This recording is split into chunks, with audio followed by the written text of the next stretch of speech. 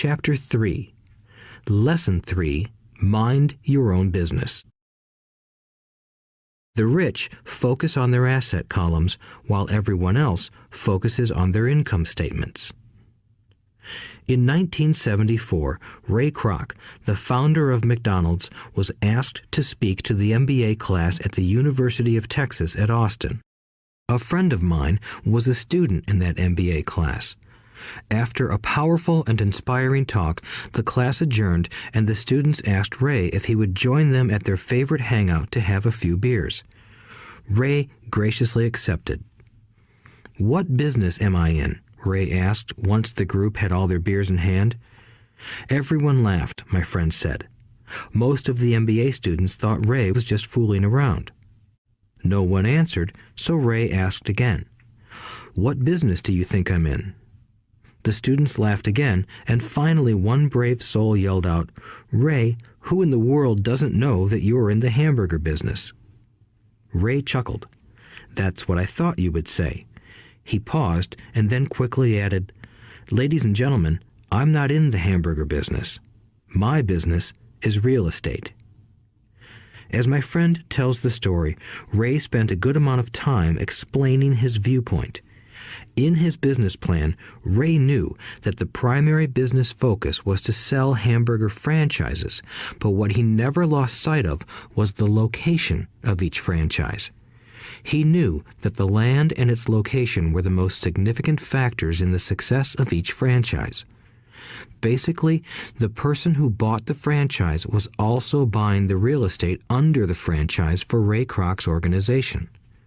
Today, McDonald's is the largest single owner of real estate in the world, owning even more than the Catholic Church. McDonald's owns some of the most valuable intersections and street corners in America and around the globe. My friend considers this as one of the most important lessons in his life. Today, he owns car washes, but his business is the real estate under those car washes.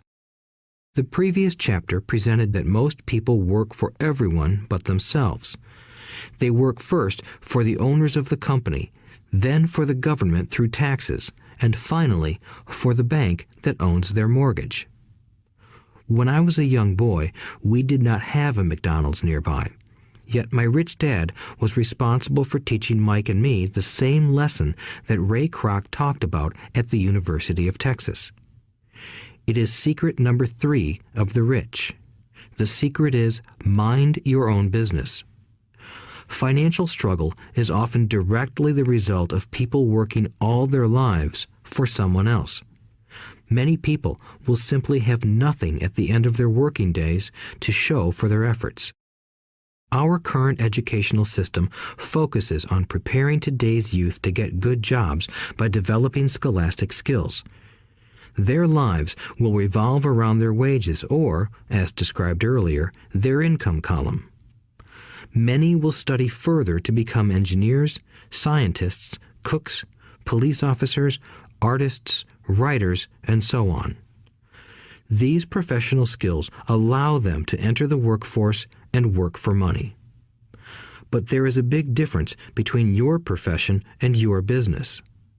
Often I ask people, "What is your business?" And they will say, "Oh, I'm a banker."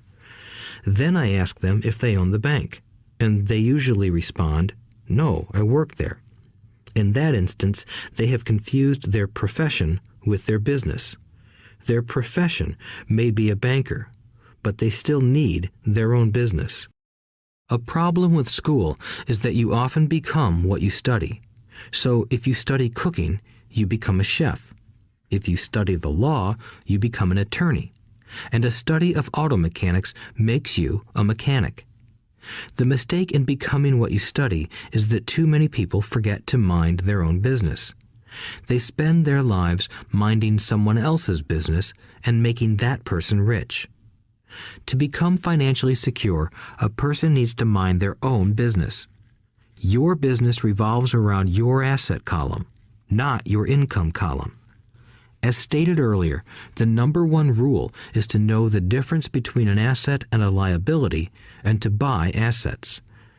The rich focus on their asset columns, while everyone else focuses on their income statements. That is why we hear so often, "I need a raise. If only I had a promotion.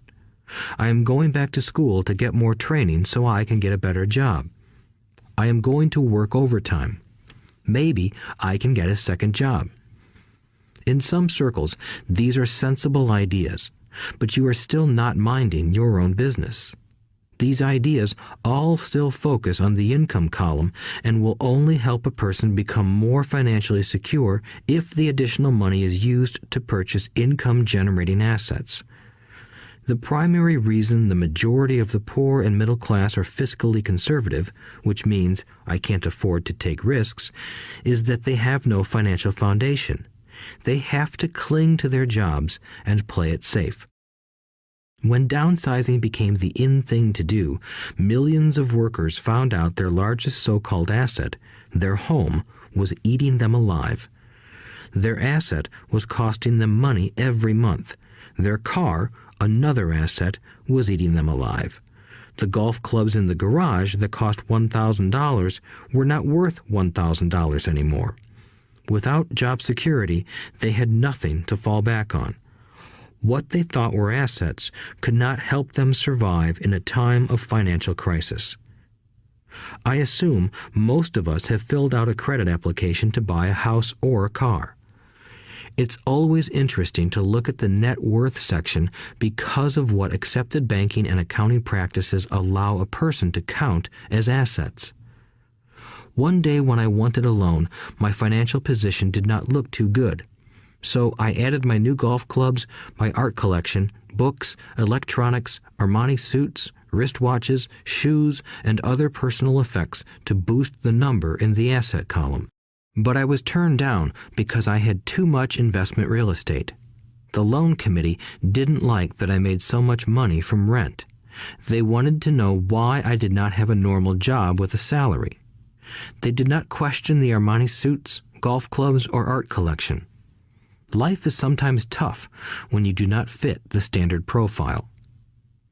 I cringe every time I hear someone say to me that their net worth is $1 million or $100,000 or whatever. One of the main reasons net worth is not accurate is simply because the moment you begin selling your assets, you are taxed for any gains. So many people have put themselves in deep financial trouble when they run short of income. To raise cash, they sell their assets, but their personal assets can generally be sold for only a fraction of the value that is listed on their personal balance sheet. Or, if there is a gain on the sale of the assets, they are taxed on the gain. So again, the government takes its share, thus reducing the amount available to help them out of debt. That is why I say someone's net worth is often worth less than they think. Start minding your own business. Keep your daytime job, but start buying real assets, not liabilities or personal effects that have no real value once you get them home.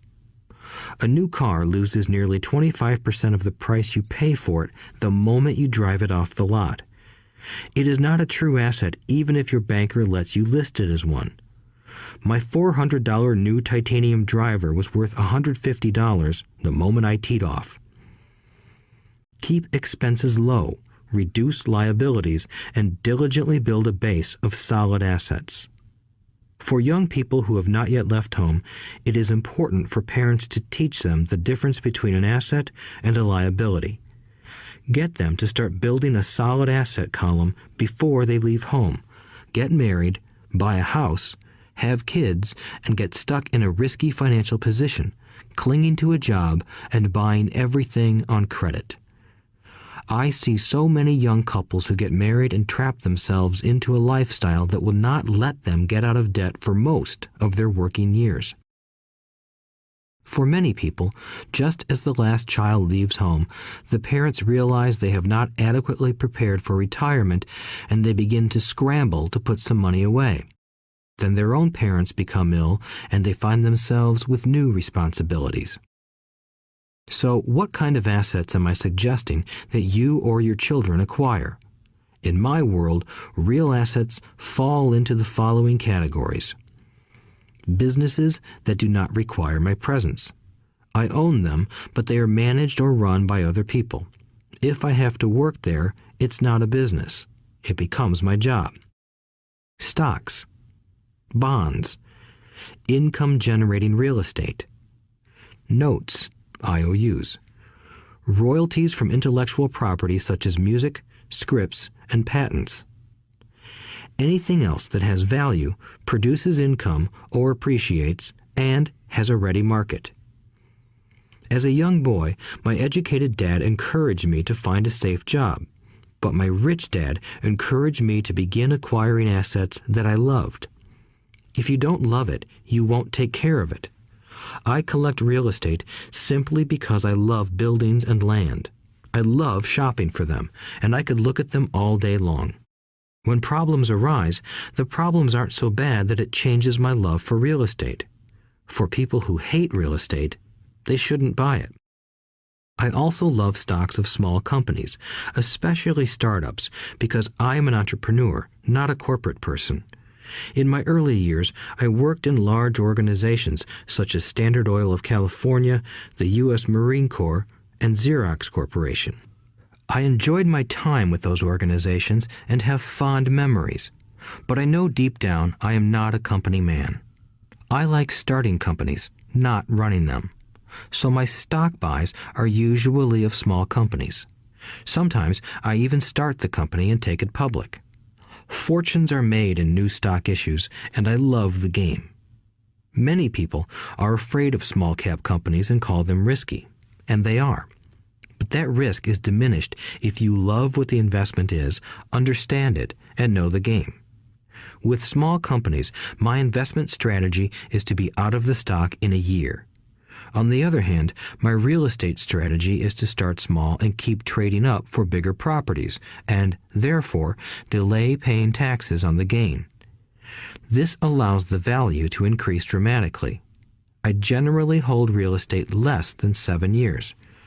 For years, even while I was with the Marine Corps and Xerox, I did what my rich dad recommended. I kept my day job, but I still minded my own business. I was active in my asset column trading real estate and small stocks. Rich Dad always stressed the importance of financial literacy. The better I was at understanding the accounting and cash management, the better I would be at analyzing investments and eventually starting and building my own company. I don't encourage anyone to start a company unless they really want to. Knowing what I know about running a company, I wouldn't wish that task on anyone. There are times when people can't find employment and starting a company seems like the best solution. But the odds are against success. 9 out of 10 companies fail in 5 years. Of those that survive the first 5 years, 9 out of every 10 of those eventually fail as well. So only if you really have the desire to own your own company do I recommend it. Otherwise, keep your day job and mind your own business. When I say mind your own business, I mean to build and keep your asset column strong. Once a dollar goes into it, never let it come out. Think of it this way. Once a dollar goes into your asset column, it becomes your employee. The best thing about money is that it works 24 hours a day and can work for generations.